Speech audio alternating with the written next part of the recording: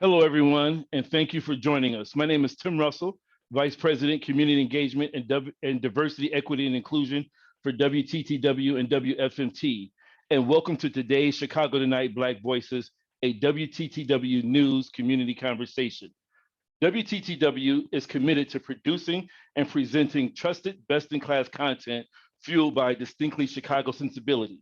We have served as Chicago's window to the world, and our purpose is to enrich lives, engage communities, and inspire exploration. Essential to this purpose are our core values, in particular, diversity and equity. We celebrate differences, embrace inclusivity, and strive for equity. The stories we tell, as well as the people in front of and behind the camera and microphone, reflect the myriad of faces and voices of our region. Co-anchor for Chicago Tonight and Black Voices host Brandis Friedman will moderate this evening's discussion, focusing on civil rights and Black labor history connected to the Pullman neighborhood in Chicago. Lead support for Chicago Tonight Black Voices is provided by Fifth Third Bank. Additional support is provided by Gertrude Dane and James H. Wooten Jr., Allstate, the Chicago Community Trust, the Joseph and Bessie Feinberg Foundation, the Abe and Ida Cooper Foundation, Lloyd A. Fry Foundation, Eon Clinic, Nicholas Anton, Judy and John McCarter, and Haranda and Paul Donahue. Finally, members and viewers like you make it possible for WTTW to bring provocative ideas to life, to tackle the issues that matter, and to expand our perspective on the world in which we live. There is only one reason why this is possible, and that reason is you. So thank you for your support. So now, please welcome our host, Brandis Friedman. Hey, Tim, thank you so much for that introduction, and hello to all of you, and welcome to, as Tim said, Chicago Tonight Black Voices, a WTTW News community conversation. And thank you, of course, for spending your Monday evening with us. Like Tim said, I am Brandis Friedman. So this month, the Pullman National Monuments Visitor Center opened on Chicago's far south side. This comes 6 years after President Barack Obama declared the area a national monument in 2015. Now, that was largely because of the important role the neighborhood has played in American history, including and especially the labor and civil rights movements. So tonight we're talking about the Black labor movement in particular and the Great Migration. We'll discuss the key role that Pullman porters and maids played in both. So, of course, I think you all know you are in a listen-only mode, but that does not mean that you cannot be a part of the conversation. We definitely want to hear from you. So please use that chat function to chime in with your questions and your comments. I will, of course, be sure to share them with our guests. So let's start by introducing our guests and thanking them for taking some time out of their busy schedules to talk with us as well. Let's start with a Chicago Tonight regular, Lee Bey, an architecture critic, author of Southern Exposure, the Overlooked Architecture of Chicago's South Side. Lee Bey is also a longtime partner of WTTW, WFMT, and recently authored a photo essay chronicling the life of Muhammad Ali's life in Chicago, part of WTTW's presentation of Muhammad Ali. Of course, you can find that essay at WTTW.com/Ali. Welcome and good to see you again. Thank you. Good to see you too. You too. Please welcome David Peterson, president of the National A. Philip Randolph Pullman Porter Museum. David's coming in just a second. And I also want to welcome Dr. Kim Dulaney, Director of Education of the DuSable Museum of African American History. She's also a retired professor of African American Studies. Welcome to all of our panelists. It's good to see you. Thank you for sharing your Monday night with us. Thank you for having us. Of course. Thank you. Thank you. So, Kim Dulaney, let's start with you, please. Kind of set the scene for us and tell us why the town of Pullman was created. First, let me say thank you for having me, and thank you to my dear buddy David. I see he's on here. What's up, Peace and love, David? Queen. How are you? Good to see you again. Okay. We're making connections here. Yeah, so the town of Pullman was started because, you know, it's interesting as you research that you see it was kind of like sharecropping because he wanted to, and I know that's going to shock everybody. I saw your face when I said that, but it's true because he wanted to have a place for his workers, but George Pullman was also an extreme capitalist. This is the truth. And so he wanted to make money and he wanted to control that environment and make money off of it. So it was just a money opportunity and an opportunity to provide a decent place for his workers. That's why the area was created. It was economical. The style of housing and everything was economical. I guess we'll talk about that a little bit. But basically, because he had this thriving business that became popular right after slavery, right after Lincoln was killed, and he wanted an area for his workers. The workers weren't allowed to buy, but they could rent from him. And that's why I say it's like sharecropping, because when slavery ended, you know how people could live places and then work for the people, but they could charge these astronomical prices for rent and whatever else you use on their plantation.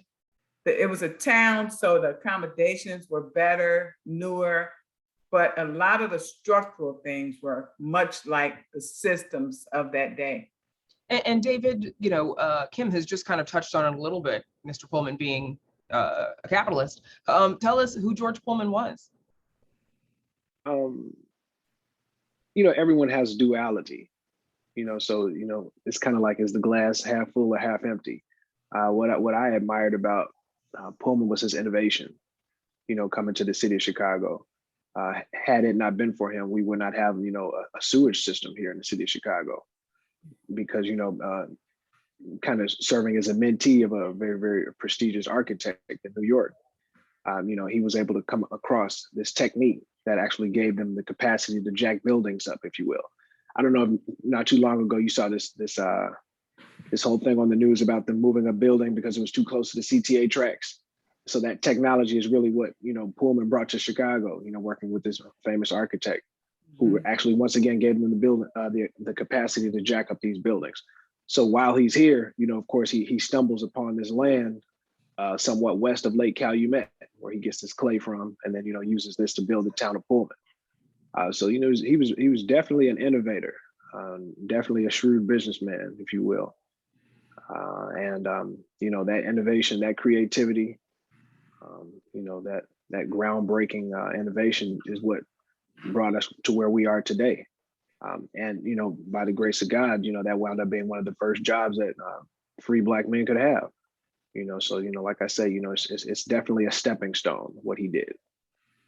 So I want to look at a little bit of video of the Pullman neighborhood, because, and Lee, I'm going to come to you. The neighborhood of Pullman tells the story of many parts of American history, including architecture and urban planning. And we've been talking about that a little bit. But what can you tell us about, about what made Pullman so unique? Design-wise, it's an interesting intersection of architecture, urban planning, and landscape architecture. The idea of a company town, and I want to co-sign with the good Dr. Dulaney said, that we can't get too romantic about this.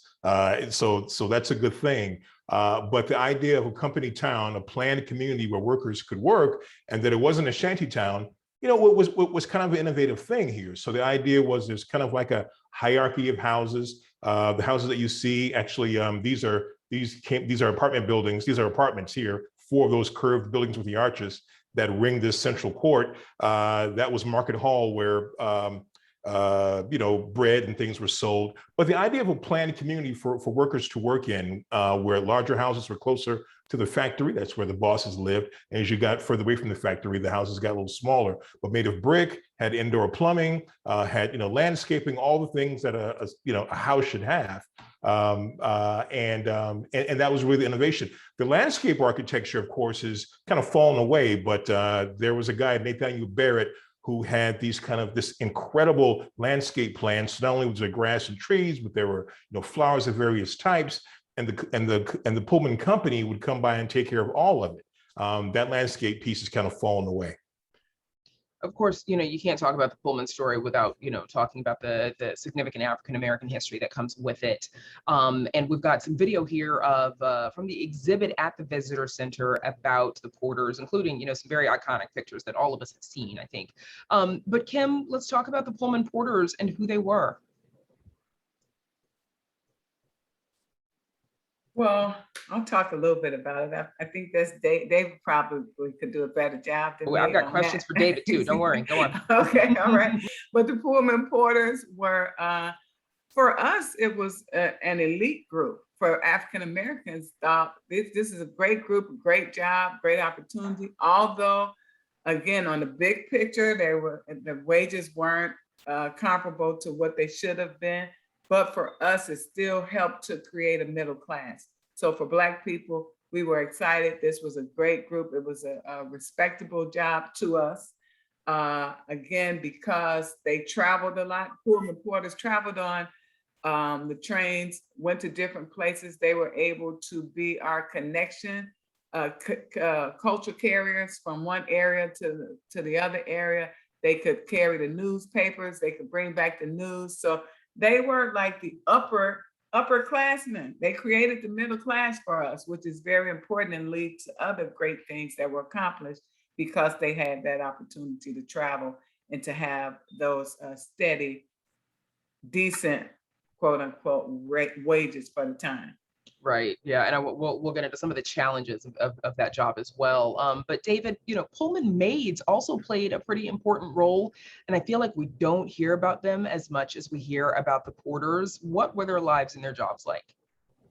I mean, well, there's a reason that you don't hear about them as much, because you don't hear about the humanization of these men. You hear about them mentioned as, centerpieces or pieces of machinery.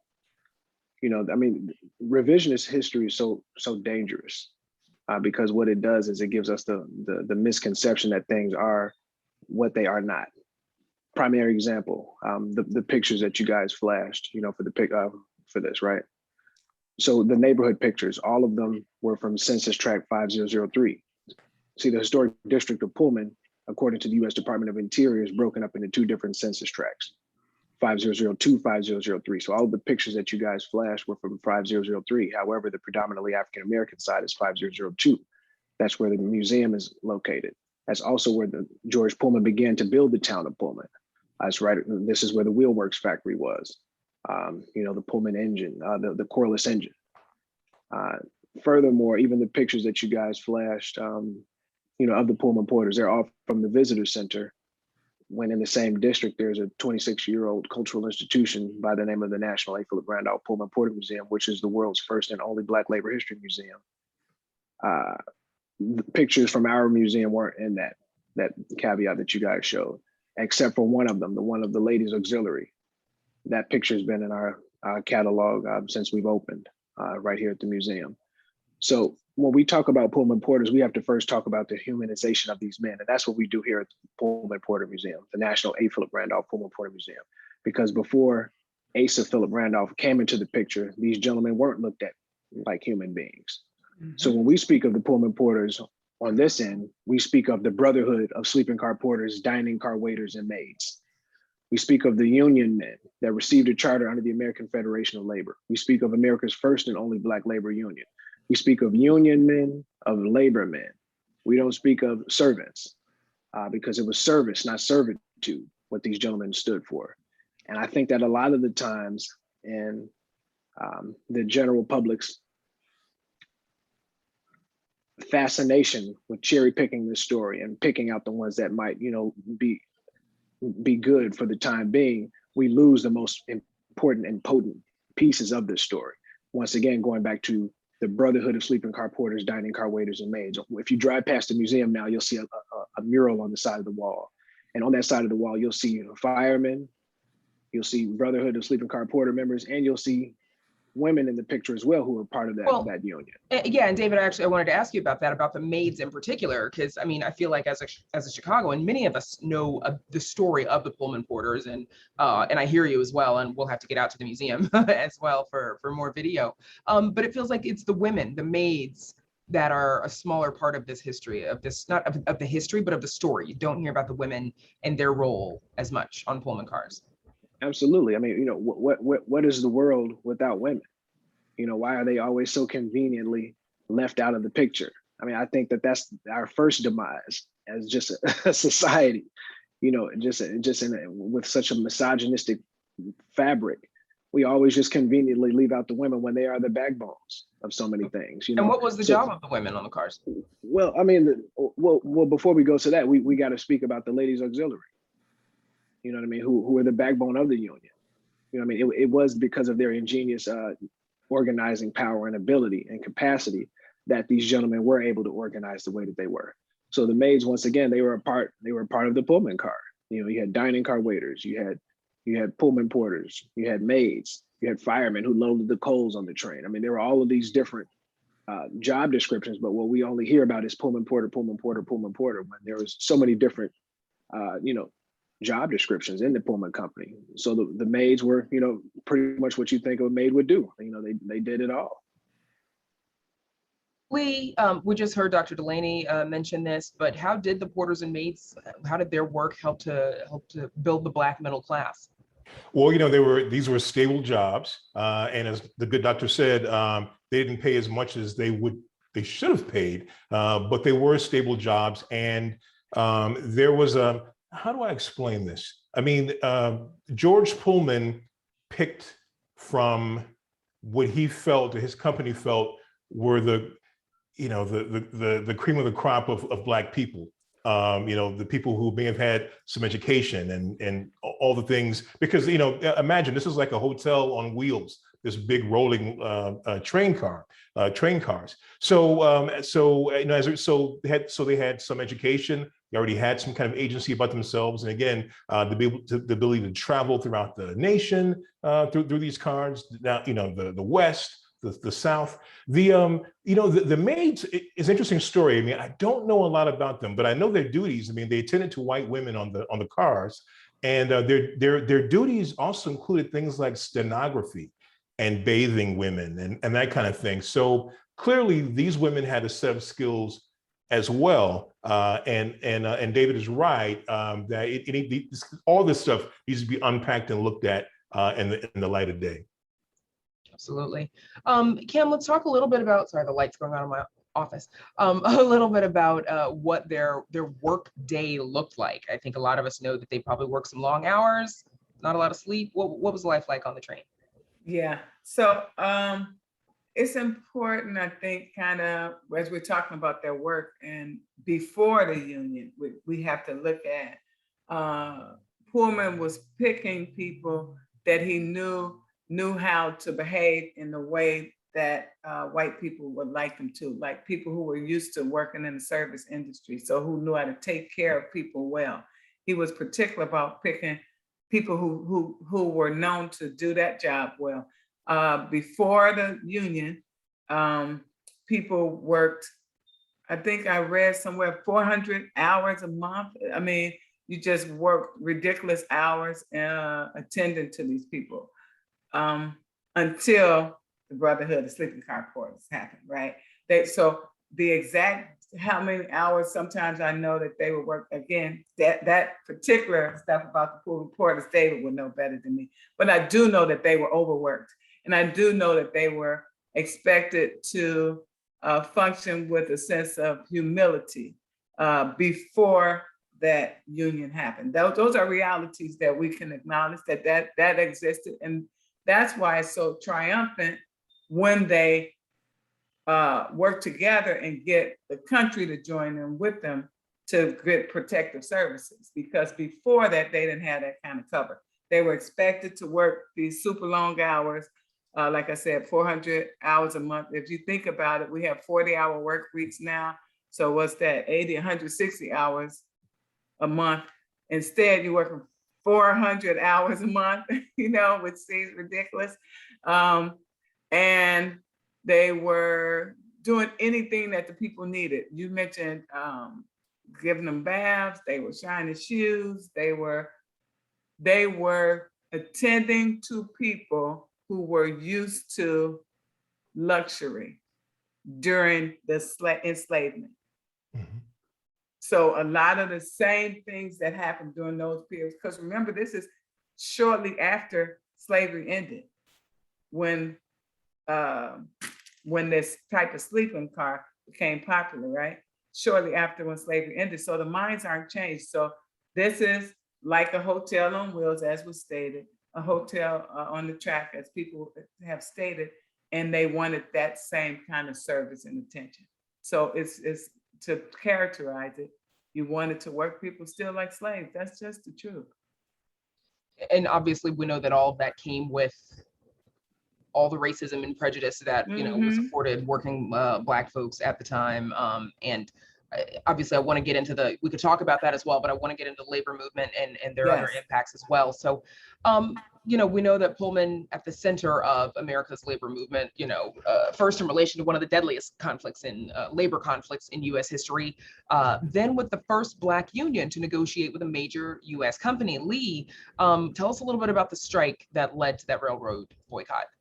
Well, as Dr. Dulaney said, this town that he built, that he rented out everything, including the church, even that was rented, everything. When the recession came of, I want to say I can't remember, 1889, 1893, somewhere in there, I can't remember. But when the recession came, he shrank wages, but he didn't shrink the rents. He also returned to his shareholders the same profit on their stocks, but he essentially takes it out of the workers' hide, if you will. So if you can imagine on payday, and I live in a Pullman house, right? So if you imagine on payday, there'll be a knock on your door, the paymaster would be there, and he would give you your check. But next to the paymaster was the debt collector. So it's very much like the sharecropping situation that Dr. Dulaney mentioned. And he would deduct with his tablet right there what you probably owe. Many workers during this time had to give their check back. They didn't make anything, or they got a second check with just a little taste of money in it. So naturally, these are the kind of things the workers tried to meet with Pullman. He would meet with them, and the factory workers, making this luxurious train car, keeping him in business. And this begins to fuel the gasoline that began to fuel the strike. Eugene Debs comes in to sort of represent the railroad workers, and it just kind of goes, sideways after a while. Pretty soon, it becomes a national strike as other rail workers throughout the country won't move a Pullman car, and because Pullman cars were everywhere and on every track, that began to have an impact. And then it goes on and on from there, where the federal government ends up intervening. There's soldiers, there's strike breakers, there's violence, there's fire.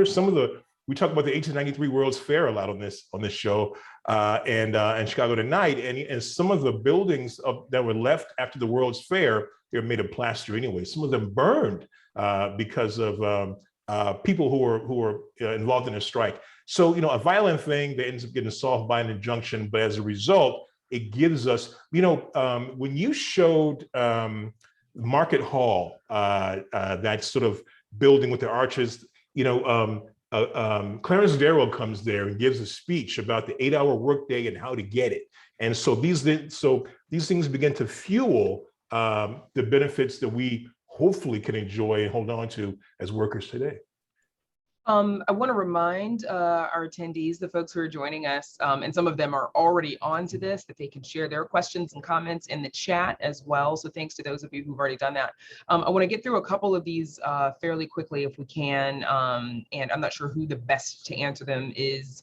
I think David's probably best to answer all of them, but I know that Lee and Tim have lots of answers as well. So the first one, and I think I know the answer to this one though, did this class of individuals have access to Social Security benefits? I'm gonna guess no, if Social Security wasn't started until 1940. Anyone? Oh, that's a no for sure. Yeah. Thank you. Okay, to answer that question. Also, did the maids and porters ride a train to the end of its route and back? So did they take the whole route, for example, like Chicago to New Orleans and back? Was that like one? Or did they take short trips to and from closer cities? Well, I mean, unless of course you offended a white person on the train and then you were kicked off in the middle of nowhere. But yes, they rode the entire train. And was color, like skin color, a selection tool when hiring a maid or a porter? In some cases, yes, but for the most part, no. I've seen some stories, like David said, some stories where they said they preferred darker porters, really? Darker people. Yeah. Okay. Do you want to elaborate on that? Well, darker people because why they preferred darker skinned? Yeah, because they were trying to imitates slavery, enslavement, right? Where you were classified based on skin color, right? So for them, that was the lower class of people, since they were grading people, judging people based on skin color. Yeah. So back to the labor movement and the union, and following up on what Lee said, David, how did that, the strike that Lee was just telling us about, how did that spur the Brotherhood of Sleeping Car Porters, the union? Oh, well, I mean, there really was no correlation between the 1894 strike and, the organizing of the union, except for the fact that, they saw that the workers, by striking, were getting things that they thought that they as human beings deserved as well.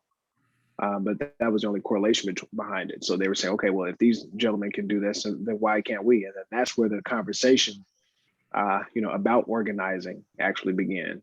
But it wasn't until Asa Philip Randolph came that they had a successful, a triumphant effort in that regard, because they didn't know how to organize, and they all could be bullied into silence because they were, employees of the Pullman Company. Mm-hmm. Asa Philip Randolph, being a gentleman from Harlem, New York, by way of Florida, he couldn't be bullied into silence. So what he was able to come to the table with from empirical experience from, being unsuccessful in trying to organize the elevators workers, he knew exactly what to do. But it wasn't until he had the hands-on efforts of Milton Webster that he knew, okay, this is how you engage these gentlemen. This is what our hurts are, and then of course him taking a ride for one day himself in disguise as a porter. He was surely, motivated to do it by then. But once again, just to, conclusively, just to answer your question, there wasn't really a correlation between the 1894 strike, because they are organizing. They didn't organize the union until 25. Okay, thank you for that. And while we're on it, talk about the impact that the union made. The union basically, once again, it humanized them. It gave them a voice, and it gave them the capacity to have bargaining power. So although they were organized in 25, they didn't receive their charter until 37. So it took a very, very extended clandestine effort. It wasn't just like it was just welcomed. So they didn't have the luxury of being bold enough to say we're going to strike, because they had to organize very, very privately. Once again, just going back to the ladies auxiliary. Had it not been for them voting for them when they were out on their runs, or organizing with bake sales and different fundraising abilities, they wouldn't have even been able to organize.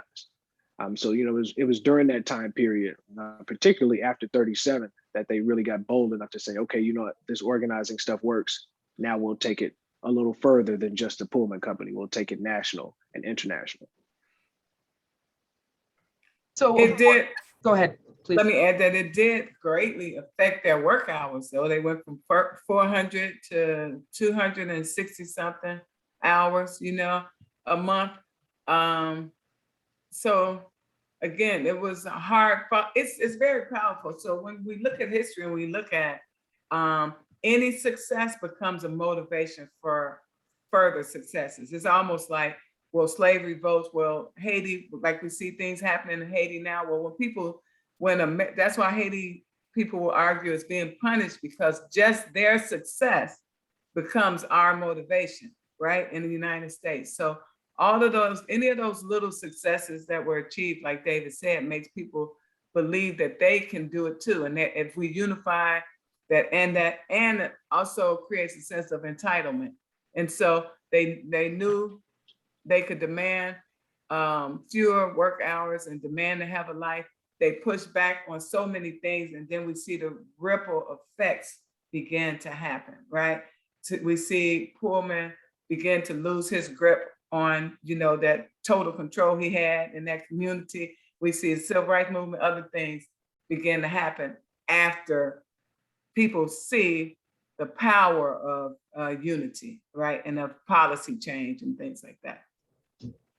A question from, a couple of things from some of our viewers. Someone saying the same person who asked about the Social Security benefit, saying the act was actually in 35.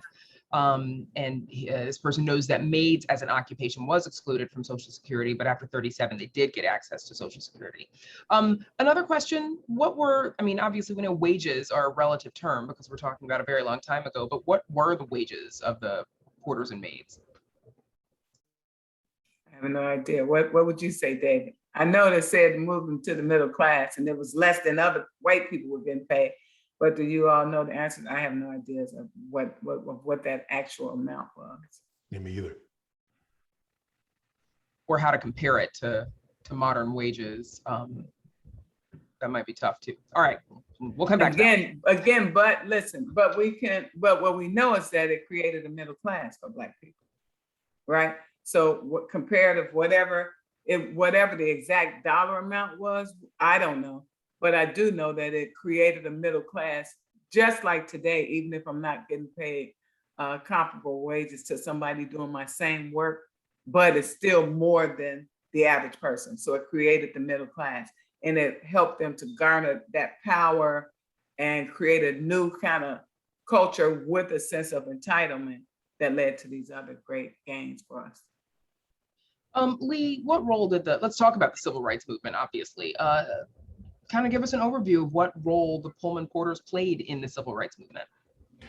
Well, this is a good question. I mean, certainly, and I guess let me just back up a little bit. So George Pullman and Pullman Town as an entity really doesn't last that long. I probably should make that clear that by 1898, the Supreme Court makes him break up the town and he passes away in there, and the Pullman Company has to sell off the town and everything except for the factory where it makes the train. So that's one point I want to make. But in terms of civil rights, I mean, so you have this mobile group of people, again, who can travel around the country, who in some cases, like postal workers of the 20th century, may have, in some cases, particularly after the 20s and 30s, may have been slightly more educated and than their contemporaries were, than their brothers were and sisters were.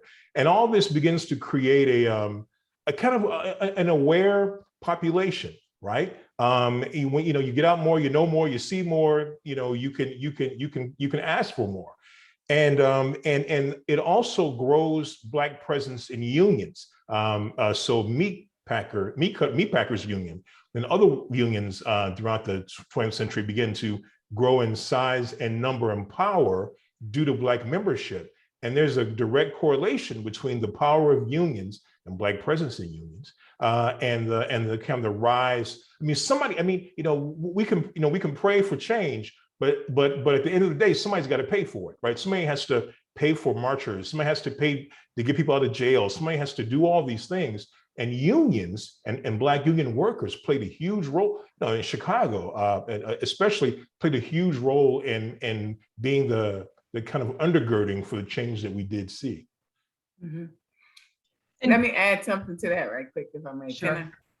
Okay, also, we kind of skipped the migration period, right? So the Pullman Porters were almost completely, or a huge factor in the Great Migration, right? And with the Great Migration, one element that's very important is that it helped people to know that you don't really have many more options. So the demand for the civil rights movement was created because you already moved. We already went, there's nowhere else to go. It's now we find out it's bad up there too. That it's poor landlords and rats and roaches, and we're confined to areas, so it's nowhere really to go. So in that way, they had a great impact on the Great Migration, which had a great impact on the civil rights movement, right? And then also because they now, as David said before, they didn't know, they didn't have a solid map for how to organize, right, and affect policy. Now they did. Yeah, I'm sorry. Go ahead, Dr. Yeah, well, no, I ahead. wanted to get David in here because I want to talk about how the Porters, we all know this, but they transported the Chicago Defender and the Pittsburgh Courier across the country, which had a huge impact on the migration. And David, I wanted to ask you just to tell us a little bit about how they did that. Sure. Well, I mean, once again, just kind of at the foundation of what I want to say, the young, I don't know who it was who asked about it, but the wage, in 26 was $810 a year, $810 a year, just for some kind of point of reference. So, because of that, after a year after organizing at the Elks Lodge in Harlem, New York, for their first meeting in 1925, August 25th, their ability and their capacity to organize strengthened because of that audacity, if you will. Like he said, they weren't necessarily fighting George Pullman during this time. I mean, it was Rob Todd Lincoln who actually took over after Pullman died. And so, that's a little story that people don't really know about. But these gentlemen, they were able to be so impactful because of osmosis. A lot of people don't understand, by them sitting on the trains with these prestigious businessmen, they were able to learn, tricks of the trade, and then take the small tips or whatever that they made from working this wage-based job and then create businesses in their community. That is what truly made the impact. The fact that they went back to their communities and they were homeowners, business owners, and just prestigious gentlemen who represented dignity, respect, and integrity. Those are the things that really made them stand out in terms of their organizing ability. In terms of the civil rights movement, it was because of that organizing body that they were impactful. So, primary example, when Rosa Parks was arrested, she called her boss, who was an ex-Pullman Porter, right, E.D. Nixon in Birmingham. He then called his superior because he was the representative of the BSCP in Birmingham, while simultaneously being the president of NAACP.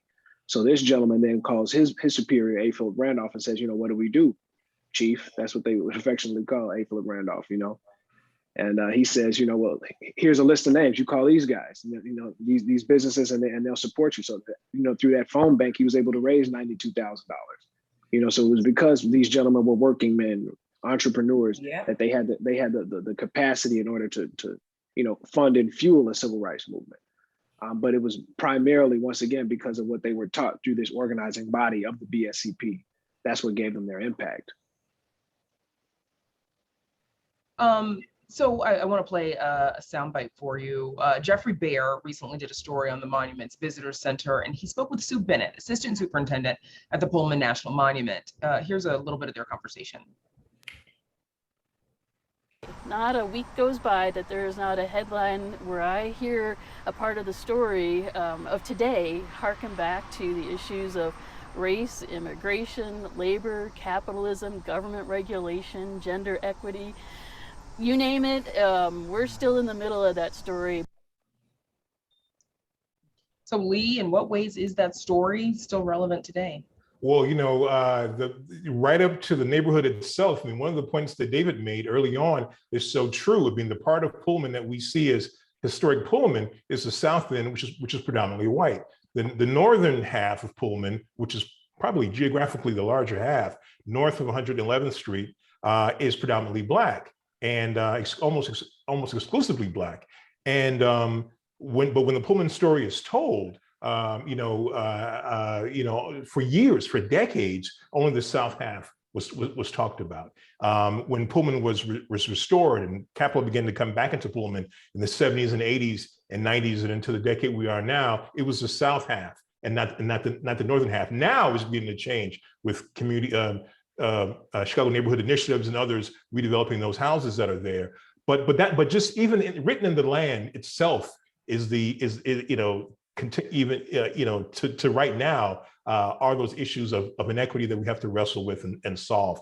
But even if you go, I mean, for instance, you take a step back. I mean, Amazon, wants to build company towns, right? And you get a sense of where that goes, or where that can go, certainly. If you look at if you look at the history of Pullman, that a company owning the place where you live and the place where you work is almost destined for trouble. So as large companies begin to move in this kind of thing, I think Tesla as well and others are looking at governmental bodies in small towns. They're getting on boards and that kind of stuff and trying to kind of shape policy in their own company way. That Pullman becomes a cautionary tale about what can happen with that. David, Jeffrey interviewed you for that story as well, along with Lee. And during your conversation, you told Jeffrey that the monument was a way to begin making amends for the past. Tell us what you mean by that. Well, I mean that if done, if we collaborate and not appropriate. We give everyone equity. We give everyone the capacity and the ability to tell their story in its authentic state. So once again, reiterating, Pullman is broken up into two different census tracts. You know, there needs to be more of the conversation about, you know, why that's the case. What brought about this name of, you know, historic North Pullman in the 90s, after Dr. Lynn Hughes, our founder of the museum, kind of pulled out a lot of these files that weren't really known. You know, these are the stories that are necessary for us to know in order for us to truly atone and move forward. Because if we continue to sweep them under the rug, then we'll continue to have people come by the museum and say, hey, did the Porters live in this house here? No, they didn't. You know, post Plessy versus Ferguson, I mean, it was pretty much illegal. I mean, so no, the Porters did not live here. Yes, there was one family from Virginia that moved here at the late 1800s who was a craftsman who heard that Pullman was hiring Black workers. Yes, there may have been a family or two other than that, but no, the Pullman Porters in majority were not living here. They were all in Bronzeville. So I say that to say, in order for us to move forward correctly, we have to tell these stories, give the people the props, you know what I mean, who've been doing the work and have been archiving and preserving and protecting this history. And then say, okay, we understand that there was a boo-boo in our past. Let's move forward collectively. So the idea of Pullman National Monument District, right? This gives us a capacity as a collective to tell all of these different stories collectively, collaboratively, while everyone has their own bailiwick. And everyone says, okay, this is our story, this is our story, this is our story. Let's all tell it together and come together. It's like a potluck, if you will. You know, but if somebody, you know, is bringing macaroni with raisins in it, well, that's not really a dish that everybody's going to want, you know. And we just have to be honest about that. When we're honest, when we move forward with integrity, now we can really atone for the things that have been wrong, and we can show how far the country has come. So at the museum, about 80% of our visitorship is not African-American. I mean, we have people come from all around the world. I mean, I had some people here previous weekend from Russia. And I'm like, how did you hear about us? That's my first question when people come in. How did you guys hear about us? Oh, we know all about you. We read about you on the internet. We've been waiting to come here. We just didn't know when you were open. And if you'd be open past COVID, you know. And they come in and they have this story. And that's a beautiful feeling, because some people leave out of here in tears, whether they're Black, white, purple, spotted. I mean, it doesn't matter. Everyone from a humanitarian perspective understands that these things were not wrong, that happened to fellow human beings of the human race, you know, and that's the story that we tell here. I'm sorry, man. But that's really an important point. You know, in 2000, I was in Germany, University of Hamburg, giving a lecture on Pullman. I was there to talk about the architecture. A room, it must have been 150, German, you know, all German at the university. The first question after a 45-minute talk I gave and slides, the first question I got was, can you tell us about the Porters? And luckily I could. I mean, that's so to have that story ride alongside and with and even ahead of, when need be, the story of Pullman is how you keep this whole thing together. This idea of a national monument and the idea of tourists coming here, you have to tell the full story. And you have to tell that Pullman Porter story, because that's the one that most people know about when they hear the word Pullman. And it's important that, you know, in the spirit of gender equity, that we acknowledge that the only reason that story is being told in Pullman is because a strong young Black woman by the name of Dr. Lynn Hughes courageously took the initiative to do that 26 years ago. So it wasn't like this was just the norm, you know, for their story to be told. So when you hear it become the norm now, but it excludes the National A. Philip Randolph Pullman Porter Museum or Dr. Lynn Hughes, now we're in a disingenuous place. Because once again, you know, the Porters weren't just a part of this fabric here. They were pieces of machinery on the train. You ship them out, okay, and you go to work. It wasn't like there was just a utopian space where they're just walking around after work and they just have their coat on their shoulder and they're walking home like, oh yeah, I had a great day at work. No, it wasn't that. It was, all right, get off the train and get out of here. You know what I mean? So, you know, we must be honest and have some integrity when we talk about this story, you know, particularly in the context of the Pullman National Monument boundaries. You know, and once again, that story is told and preserved here for the last 26 years because of Dr. Lynn Hughes and the National A. Philip Randolph Pullman Porter Museum. So sometimes when visitors come here as a result of the grand opening, they say, well, when are you guys gonna, you know, be down there with them? Or are you guys a part of what they're doing down there? And we're like, no, well, they're a part of what we're doing. You know, if we've been doing this since 1995, and the monument was designated by President Obama in 2015, And now the visitor center, we're just celebrating the visitor center grand opening on Labor Day. Why is it that we have to rise to the occasion to where they were? Why don't people just acknowledge, okay, this story was here. Internationally, the draw is what happened to the African Americans in this story. Where is their likeness? Well, that's what we do. That's what we do here at the museum. We do it without grant dependency on city, state, or federal funds. So you have to know that there's a reason that we're doing that. That's genuine. I mean, because it's not like there's just a cash cow over here that we're just leaning on. We genuinely love this story. And David, I'm going to give you a quick opportunity, and then we're almost out of time. So I am going to give Kim the last word after I turn my light back on. David, someone in the chat is asking, what are the hours at the Pullman Porter Museum? Thursday, Friday, and Saturday, 11 to 4. Thursday, Friday, Saturday. Yeah, but you must go to our website and pre-register your tickets on Simplex. So once again, all questions can be answered on PullmanPorterMuseum.com. Okay. And then, you know what, Kim, I'm going to give you the last word, actually. Okay. What do you think we can learn from the story of Pullman, and especially from that of the porters and maids? What do you want folks to know? So I said at the beginning of our conversation that George Pullman was a capitalist, just a fact. And so I think as we, the purpose of making something a national monument is it's preservation, but it's also economic reasons, right? And then cultural reasons. All of those things play into making something a national monument. So I think we have to be careful as we move forward. This is something to be excited about, but we have to be careful that we're preserving, not coming in now and taking over everything, and wiping away the history that's been there, that people fought. They were going to destroy that area. So Black people fought to have that area preserved. And now that it's a national monument, I think it's important for them to get some of the benefit of what's coming, economic development and preservation and telling the story. As David said, we have to include that, lead with those voices.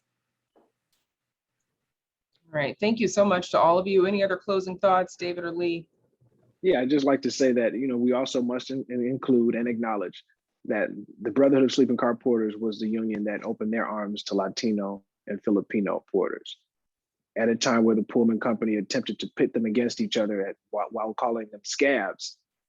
They weren't triumphant in their effort because of the empathy and the understanding and the caring of the African American community, which welcomed them in.